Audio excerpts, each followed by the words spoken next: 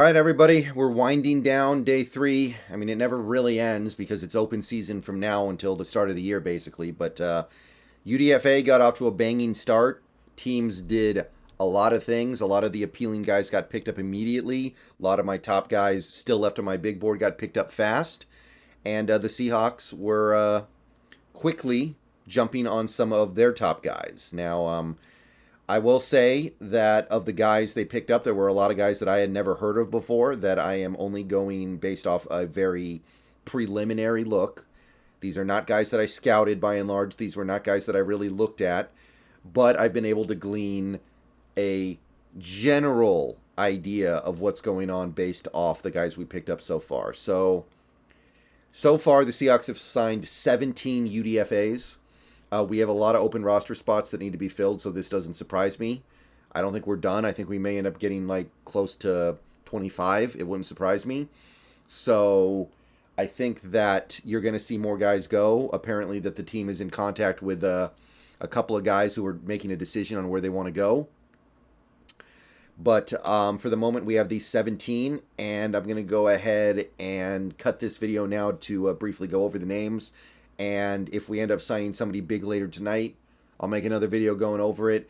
But after the first couple hours of UDFA, or I don't know, hour and a half-ish, we've got tight end Noah Gindorf, wide receiver Tyjon Lindsey, safety Jonathan Sutherland, defensive back Ty Okada, wide receiver Jake Bobo, linebacker Cam Bright, linebacker Michael Ayers, defensive back Mo Osling, defensive lineman Jonah Tavi, nose tackle Robert Cooper, wide receiver Matt Landers, defensive line, or nose tackle more accurately, Ifeanyi Maija, running back Chris Smith, linebacker Patrick O'Connell, cornerback Archon Bush, long snapper Chris Stoll, and cornerback James Campbell. So, as of right now, those are our top 17 UDFAs. Of these guys, you've got Cam Bright, who is a former Husky linebacker, so that's cool. So I know a little bit about him. Although, you know, he's certainly not one of the Husky linebackers that sticks out really strongly in my mind.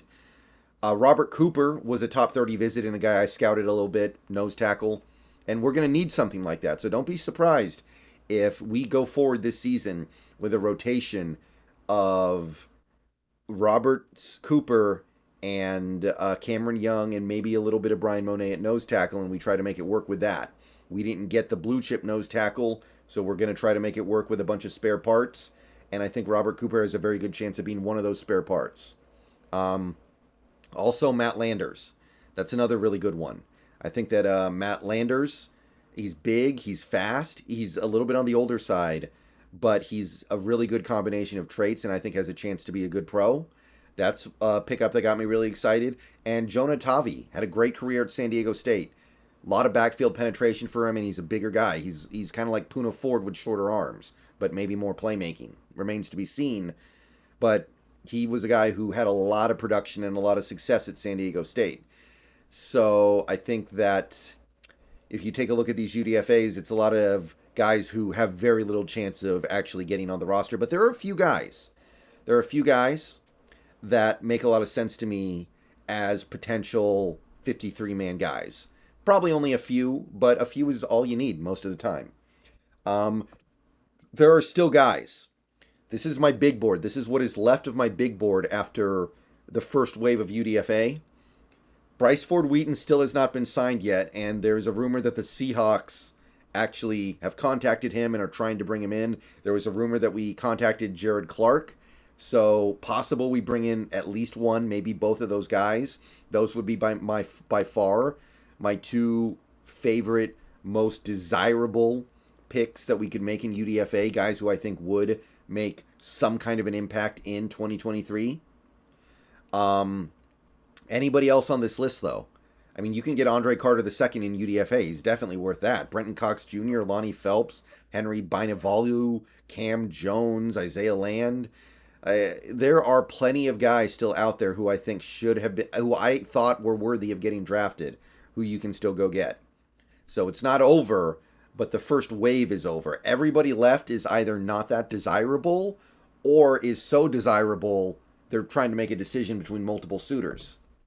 So once again, here are the UDFAs so far for the Seahawks. 17, tight end Noah Jindorf, wide receiver Tyjon Lindsey, safety Jonathan Sutherland, defensive back Ty Okada, wide receiver Jake Bobo, who, by the way, ran a 5-second 40.